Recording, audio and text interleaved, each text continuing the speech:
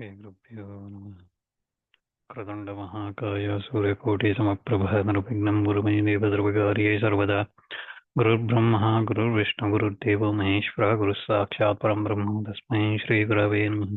गुरवे सर्वलोकानां विषये पुरोगणां नित्यानां श्रीदक्षिणामूर्तये नमः। व्यासम् अष्टनप्तारं शक्ते पौत्रमकल्मषं पराशरात्मं देशविधातं बहुनिधिं नारायणं नमस्कृत्य नरं चैव नरोत्तमं देवीं सरस्वतीं व्यासं ततो जयमुदीरयेत्। लोकं करोति वाचालं पङ्गं लङ्घयर्चिगिरिं यत्कृपातमं वन्दे परमानन्दमाधवं।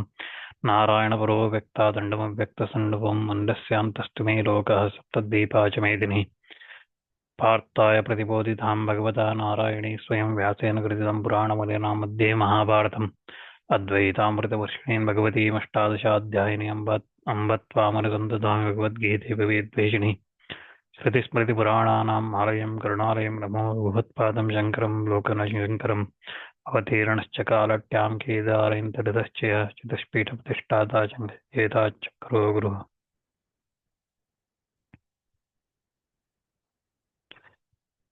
So we concluded Sankhya Yoga last time, and with that we looked at how that Sankhya Yoga summarizes the entire Bhagavad Gita teachings, and whatever that's said in this Bhagavad Gita Upanishad has been said in the Sankhya Yoga. We looked at that, how that summarizes everything. So again, as I said previously, understanding Sankhya Yoga, I will be that slokas and the message has been narrated and described in detail in these upcoming chapters. So that's why it's important to understand what's the concept that's said there and what's the message that's coming through in that Sankhya Yoga. But coming from there, when we look at it, those messages that coming there, it confuses Arjuna. Okay, so in that there are two aspects of buddhi, wisdom, was narrated in that Sankhya Yoga, relating to pravritti and nivritti marga. So path of works, that is yoga buddhi, and then path of renunciation, Sankhya buddhi. Okay, so both has been narrated in that. So that Gita, this Gita Śāstra, this Bhagavad Gita is concerned, again, having pointed that has been pointed out in that Sankhya Yoga, in that second chapter. Right? So Pravritti Marga, both path of Karma Yoga and Jnana Yoga, both has been sort of Sankhya and Yoga, both has been said in that Sankhya Yoga chapter. And in that chapter, Sankhya Yoga Adhyaya, we looked at Bhagavan recommending the renunciation of the actions. Okay, so he recommended for example, in the 55th shloka we looked at previously, Bhagavan saying prajahati yada kaman sarvan partha manogatan atmanevatma tushta stita prajnastadochade. So he recommended the renunciation of the actions to those who hold to the Sankhya Buddhi, the Sankhya aspect of the wisdom. And also he added that in the 72nd shloka, that he added that those of Sankhya Buddhi, their end can be achieved by devoted to that alone. Okay, so their end means that moksha that can be attained by devoting to that alone. So that Sankhya Buddhi alone. So he said, Esha Brahmi Sthiti Partha Nainam Prapya Vimuhyati Stitva Syamantakalepi Brahma Nirvanam Uchyati. So Brahma Nirvanam Uchyati. So he said that Brahma Nirvana can be attained by devoting to that alone, that Sankhya alone. So he recommended that renunciation of the karmas, the renunciation of the actions. So karma sannyas, he recommended that. But to Arjuna, he declared that he should resort to karma alone. So in the 47th shloka, we looked at that Bhagavan saying that he told Arjuna that he should resort to karma alone based on the yoga buddhi, the yoga aspect of the wisdom. So there he said, Karmannevadikaraste ma phaleshu gadachana ma karma phala heturbhur ma te sangostu karmani. Right? So he said that he should resort to Arjuna. He told Arjuna that Arjuna should resort to alone, karma alone, based on the yoga buddhi, while he also has not said that while it is not said that the highest good, uh, the supreme good, can come attained through that alone. Right? He did not say that through that karma yoga buddhi, he can attain the highest good. But on the Sankhya side, he did say the Brahma Nirvana Mrichate. So you can attain that highest place. Okay, that highest end can be achieved. But here he did not say that. He said, Durena evaram karma buddhir yoga dhananjaya buddho sharanamannitcha kripanapala hetuva in the 49th shloka. So here it said, he did not say that the highest good can come. But he asked Arjuna to follow that karma yoga. Right? It is like telling somebody, right? This is the best thing. You take a child to a shop, toy shop or something. Okay, so you say that this is your ice cream shop or anything. Okay, you say, you go there and say this is the best one, but you have this. This is good for you. Okay, and something not so good is you tell that this is the best one, but for you, you have this. Okay, so Bhagavan has done like that. So that's why Arjuna, he gets confused and troubled in his mind. He puts the question which we see in the first two shlokas of this adhyaya, this chapter, Karma Yoga. We look at the two questions Arjuna puts to Bhagavan, where he says, Jayati chet karmanaste mata buddhir janardana tatkim karmani ghore mam niyojasi keshava vyamishreneva vakyena buddhim moha yasiva me tadekam vada nishchitta yena shreyoha mapnayat ye shreyoham apnayat. So what is the highest good for me? Tell me. So which wisdom, which one I should follow? You tell me that. So he asks that, which is the best one and why you are asking me to do this. Okay. In that angle, he asked that question because it is normally anybody would get, right? So if Sankhya is the best one, that's the one where it will end up a Brahma Nirvana, attains that state. But you are recommend me karma, saying that karma nevadikaraste, your right is only for karma, right? So if that's what you are saying, then the question definitely comes. It comes to anybody, right? So now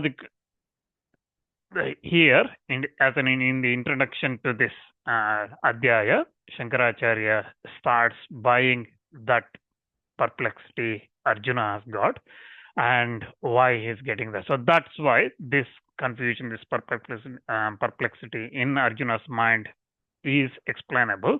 He thinks that how might Bhagavan first describe to me the direct means of attaining that supreme bliss, namely adherence to the Sankhya aspect of the wisdom, and then command me to the action, the karma, which is fraught with many tangible evil and which is an indirect and uncertain mean to that attaining bliss.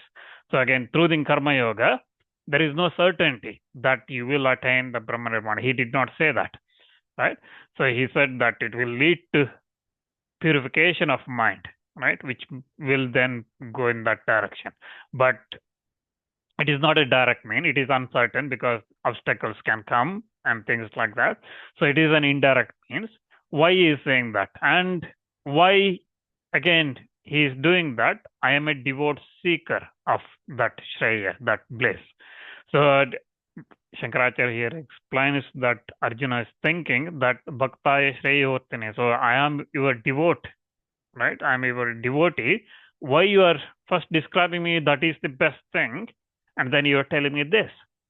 So that's why we can understand that. So that's understandable. So Shankaracharya says that perplexity in Arjuna's mind is understandable. So that's why Arjuna's questions also point to the state of the mind he is in, and Bhagavan's response which we see to that question is also understandable. When this whole Gita, Bhagavad Gita, makes such a distinction between Sankhya and Yoga, as we looked at previously many times. So this entire Gita makes that distinction between karma and jnana. When it makes that distinction, Bhagavan's response is also understandable. That's what Shankaracharya says.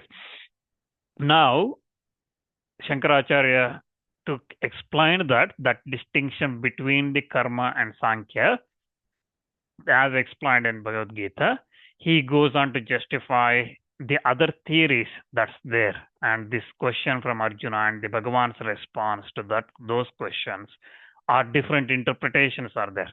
And Shankaracharya says that some commentators, like Vrittikaras, they interpret the meaning of Arjuna's questions differently. And they explain that Bhagavan's reply as opposed to the question itself in the meaning. And also, those Vrittikaras, those commentators, they sum up the teaching of Gita Śāstra in one way in the introductory portion of their commentary, and while they interpret the question and answer in this connection in a different way. So Shankaracharya says that those Vrittikaras, in their commentary, their explanation, in the introduction, they say that simultaneous conjunction of knowledge and action for men in all stages of religious life, that is all the ashramas, is taught in the Gita Śāstra. Okay, so those commentators whom Shankaracharya here is disputing and are saying that that is not correct, he says that those commentators are saying that in the introduction to Bhagavad Gita, they say that conjunction of knowledge, jnana and karma for all the stages of all the ashramas is being taught in the Gita Śāstra. And also, a specific statement they also make that which emphatically denies the doctrine that moksha can be attained by knowledge alone.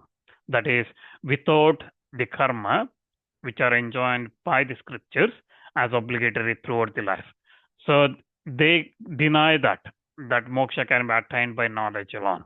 So they say that this has to karma and jnana has to go hand in hand throughout all the stages of the life, brahmacharya, grahastha, vanaprastha and sannyasa. So all the four stages, all the four ashramas, this has to go hand in hand together, jnana and karma.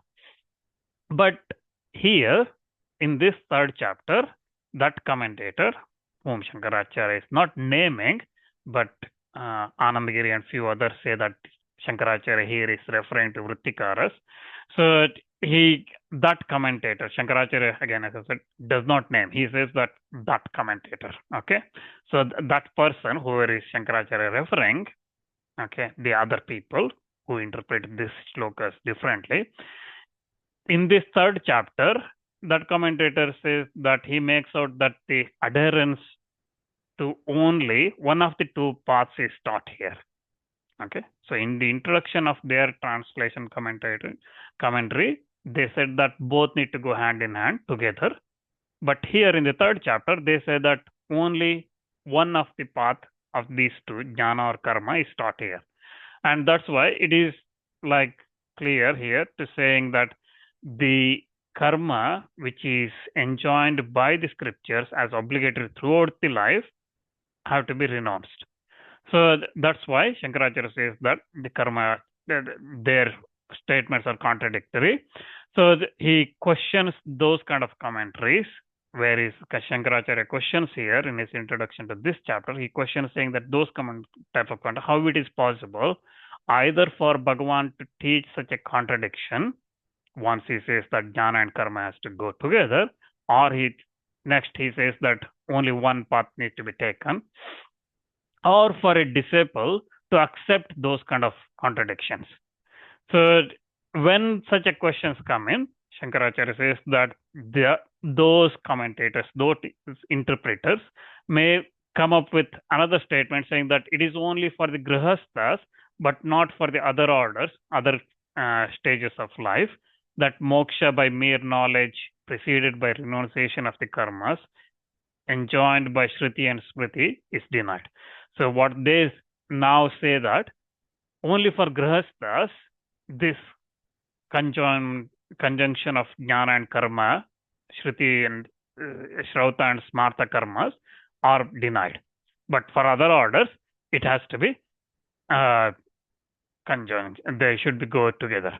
So Shankaracharya says that also is contradiction, because after declaring that both need to go hand in hand, jnana and karma, for all the religious orders, now you are saying that it is not for the grihasthas. So that's why it is contradiction. So that's not, cannot be true. Now those interpreters, the commentators, other commentators might come and say, explain this like this, that with reference to Shrauta karmas, the assertion is made that moksha is by mere, is denied to the grihasthas, but the smarta karmas are meant for the grihasthas, ignored as if it were absent. So it is in the sense that moksha by mere knowledge is denied in the case of grihasthas. So they explain like that.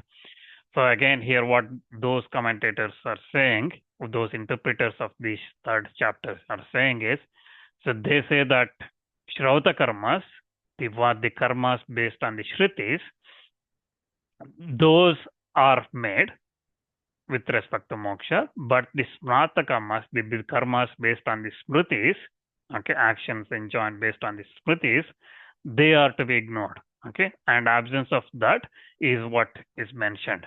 So that's what denied for the grihasthas. Again, this is also Shankaracharya says is absurd, because how it is possible for someone to believe that moksha is conjoined only for the smarta karmas and is denied for grihasthas alone, but not for the other orders.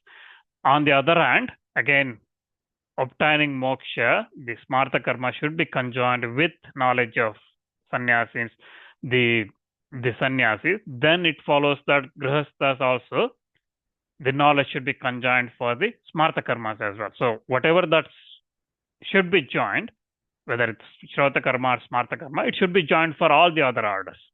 So it cannot be like that. So like this, Shankaracharya counters the discussions that take place, interpretations that existed at that time when this Gita Bhashya was given to us. So he counters all those arguments. So some saying that Shrauta karmas alone allowed, or smarta karmas alone allowed, or grihasthas only the renunciation of these smarta karmas is allowed, and things like that. All those, he refutes all those things, and he again says that the commentator there, they might come up with various other explanations saying that moksha is assigned only by grihasthas but not for the other ashramas who have not done nitya karmas or obligatory shrauta karmas and things like that.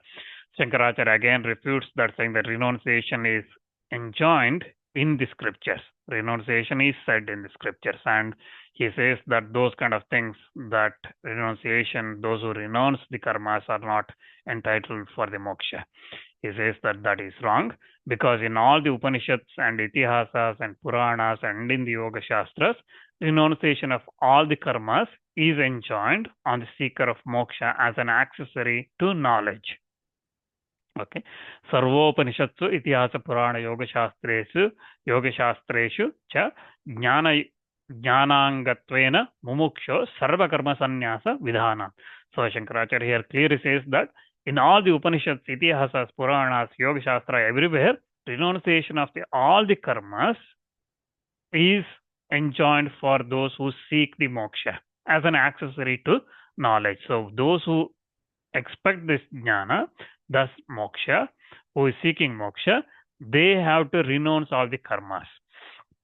Again, he says that both in the Shruti and in the Smriti, the gradual passage is enjoined as well as sudden jump. So that is, gradual passage is going from brahmacharya, grihastha, vanaprastha to sannyasa, that is one after another, or the jump. Jump is from, for example, brahmacharya to sannyasa or grihastha to directly to sannyasa. Okay, so brahmacharya, grahastha, and then skipping the vanaprastha and going to sannyasa, and like that.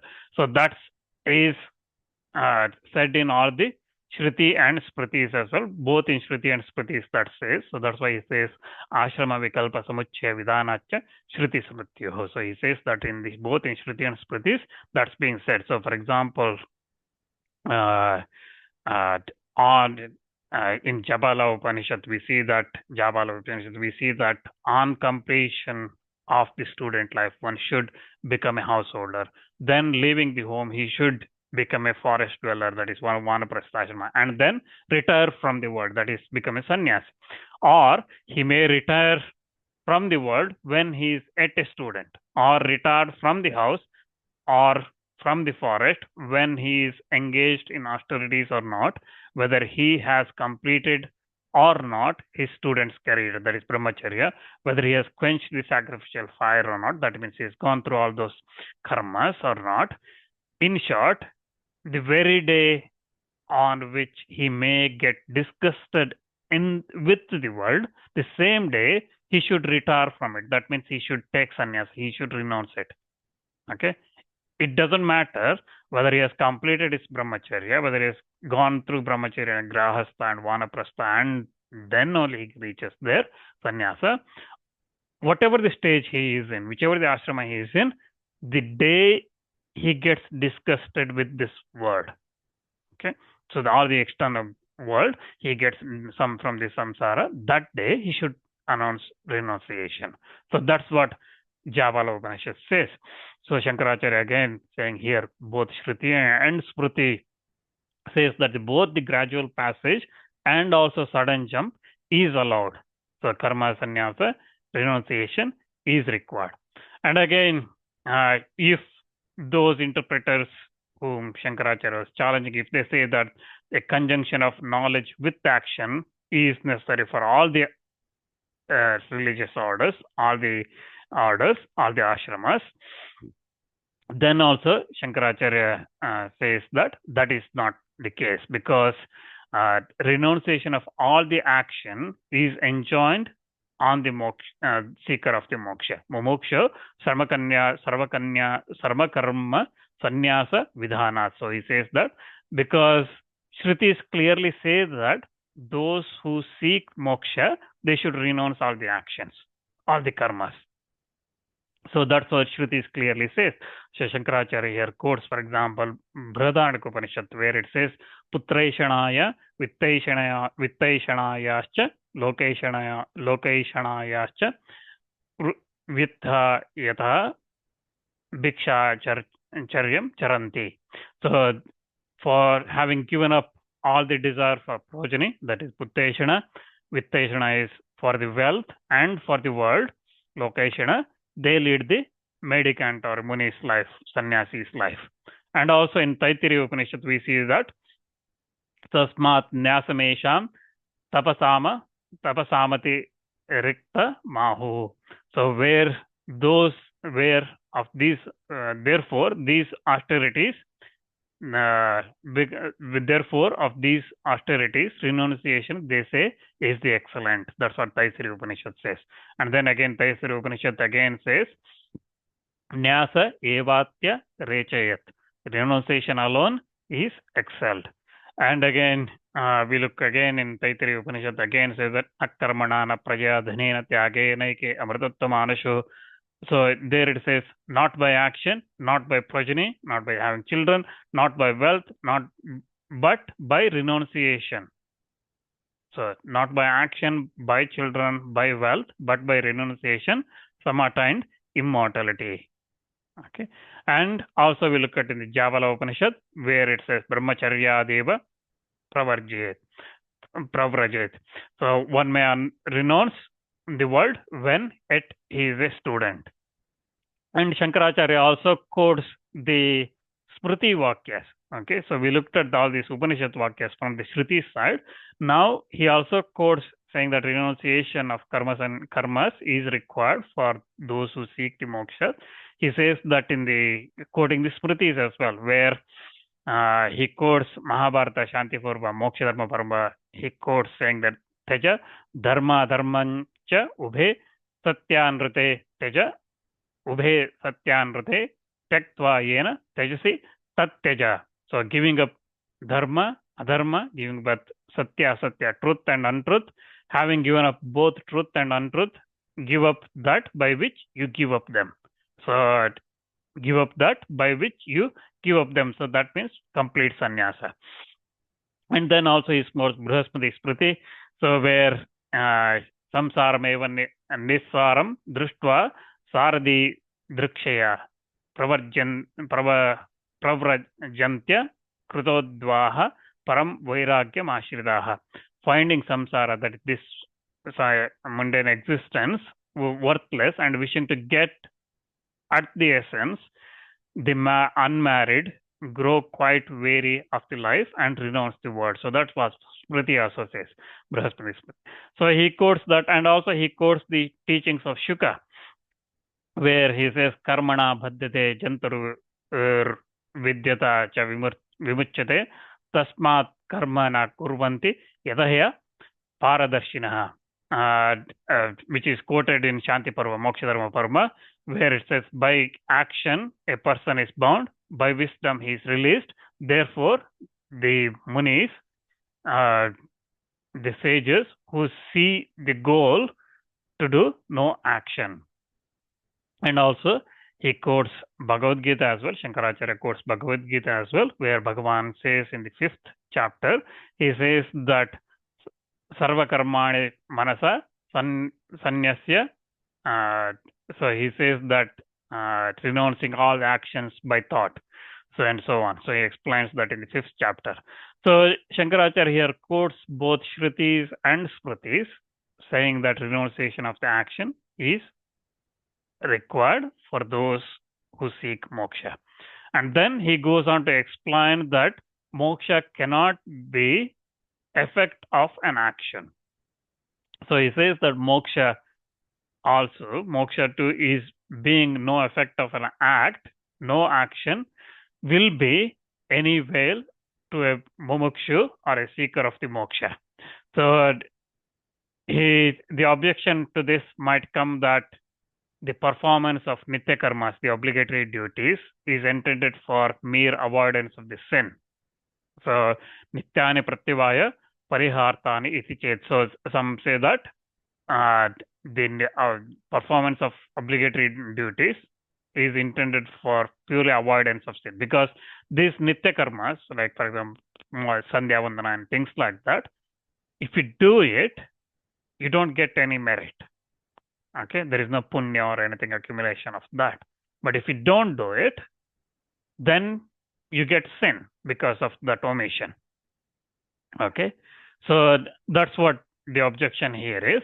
And Shankaracharya says that that's not the case, because the sin arises only in the case of one who has not formally entered the sannyasa. And the other order, the only who has not entered the sannyasa stage, only for them the sin arises. But if one has given up everything, then for him that sin does not come to him, because Shankaracharya clearly says that asanyasi vishayatvat pratyavaya prapte. So na asanyasi. So that sin does not arise to the sannyasi, because it is certainly not possible to imagine that a sannyasi will incur a sin by omitting Agni Karya or Sandhya Vandana and things like the Nitya Karmas, worship of the sacred fire, as a brahmachari incurs by when he is not at a sannyasi. That is, they are not formally renounced the karmas, because it is admitted again by that all the brahmacharis alone incur the sins by omitting Agni Karyas, Sandhya Vandana, Vedic study and things like that. They will incur sun, which is both enjoined only on the brahmacharya ashrama, but no such sin occurs in the religious order of sannyasis. So again, Shankaracharya also says that neither is it indeed the possible to imagine that the generation of the sin, which is a bhava, or a positive effect, an effect, out of omission of the obligatory duty, omission which is an abhava, mere negation, because the generation of existence out of a non-existence is not possible. So here, your omission of the obligation duty is a abhava, and through that you can't say that a sin arises when in that sannyasa stage. So because again, Chandogya Upanishad clearly says that how can an existence arise out of a non-existence? Katama sataha sajjayeta. So that says in Chandogya Upanishad. So if the Veda should teach what is inconceivable, that is a existence coming out of non-existence, then the Vedic teaching itself does not hold any good, right? So therefore, they become no authority, and that's why, because the performance and non-performance alone would only produce pain. So that's why this would rather lead to the absurd conclusion that the Śāstra or the revelation is creative or non-indicative and so on, a conclusion which is acceptable to nobody. And that's why no karma for sannyasis, and hence the absurdity of conjunction of knowledge and action. So sannyasashrama is vijnana, right? So that realized. So at that stage, when one has renounced everything, karmas, at that time, you cannot have karma and jnana together. That's what Shankaracharya says. And then the conjunction is, if we are saying those two come together, should go together, is inconsistent with Arjuna's question as well. That's what Shankaracharya says. He says that Arjuna's questions in this chapter would become inexplicable. It becomes very difficult to understand if it was said by the Bhagavan in the second chapter that both karma and action, karma and knowledge should be simultaneously done by Arjuna himself. Then this question is going to rise in this chapter, where jayasi chet karmanaste mata buddhi, and so on, where he asks, why do you direct me to this terrible action, and so on, where he asks this, says in this chapter beginning, we look at it, all those becomes irrelevant, because if Bhagavan had told him to do both, why does he ask those questions? So if it was taught to Arjuna that both knowledge and karma should be conjoined in him, then knowledge which is superior to action must have certainly been meant for him, right? Then there could be no occasion for the question or for the blame which Arjuna asked in this first shlokas. So that's why it can by no means to be supposed that knowledge is superior. It can by no means be supposed that the knowledge, the superior of those two, that is jnana and karma, knowledge is superior, was forbidden to Arjuna alone by the Bhagavan in his previous teaching, in which the question on part of Arjuna, distinguishing the path from the other, might arise, right? So because he said that, if on the other hand, it has been previously taught by the Bhagavan that knowledge and action are intended for two distinct classes of men respectively, on the ground that simultaneous adherence on part of one man to knowledge and action was impossible owing to the mutual opposition, then the question Arjuna is asking becomes understandable.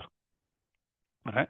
So if we say that knowledge and action cannot be for same person, it is for two distinct classes of people, one for sannyasis, one for other ashramas and things like that, and simultaneously it cannot go together, then the question becomes relevant, understandable. So even supposing that question was asked from ignorance by Arjuna, Bhagavan's answer that devotion to knowledge and devotion to action are assigned to two distinct classes of men. That's what Bhagavan explains. It is assigned for two different classes of men. Cannot be explained, right? If we assume that Arjuna asked by ignorance, neither can the reply from Bhagavan be attributed to his own ignorance. We can't say that Bhagavan is ignorant. That's why he's saying that it is for two different classes of people. So from this very answer Bhagavan is giving, that devotion to knowledge and devotion to action, that is the Sankhya Yoga and Karma Yoga, are assigned to distinct classes of persons. The impossibility of the conjunction and knowledge and action. So that's clearly stated here. So Binna Purushanu Purushanište Yatvena Jnana Karma Nishtayo Bhagavata Prati Vachana Darshanat Jnana Karmanoha Samuchayanu Papatti. So this impossibility of conjunction of knowledge and action is been clearly stated here. And as a result of that, the conclusion of Gita and the Upanishads is this, that the moksha can be attained by knowledge alone, unaided, by the action. So, kevalad deva jnanat moksha itteshortha nischito Gītāsu sarvopanishatsu cha. So that was Shankaracharya says here. So it is moksha can be attained by knowledge alone, unaided by the action. So at that time, there is no action because you are given up on all the action karmas. So if the conjunction of the two were possible for a man, Arjuna's request to Bhagavan to teach him only one of the two. Tadekam vada nischitya yena shreyoha mapnayat. In the second sloka, he says, of the two, jnana and karma, those teach one of them would become unaccountable. That's why the Bhagavan, moreover, particularly he teaches the impossibility of adherence to jnana, devotion to jnana. In case of Arjuna, he says that this is impossible for you. In the words that he says that Kuru karma eva tasmatvam purvai purvataram kritam. He says that in the 4th chapter. Do you therefore perform action only? He says that again and again. So he tells that jnana is, the devotion to jnana is impossible. That is impossible for that, and that he clearly teaches that. So now the question comes on which is better, knowledge or karma. Okay, so knowledge or action. So that's the question that comes. So that leads us to the first shloka of this chapter, where Arjuna uvacha jayasi chet karmanaste mata buddhir janardana tatkim karmani ghore mam niyojasi keshava.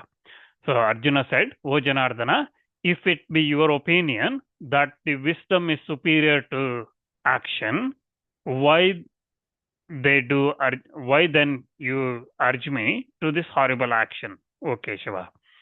So here, Arjuna uvacha means Arjuna said, jayasi means superior, chet means if, karmana means than fruitive action, te means by you, mata means is considered, buddhi means intellect, janardana means he who looks after the janas, people, that is Krishna, tat means then, kim means why, karmani means action, gore means terrible, mam means me,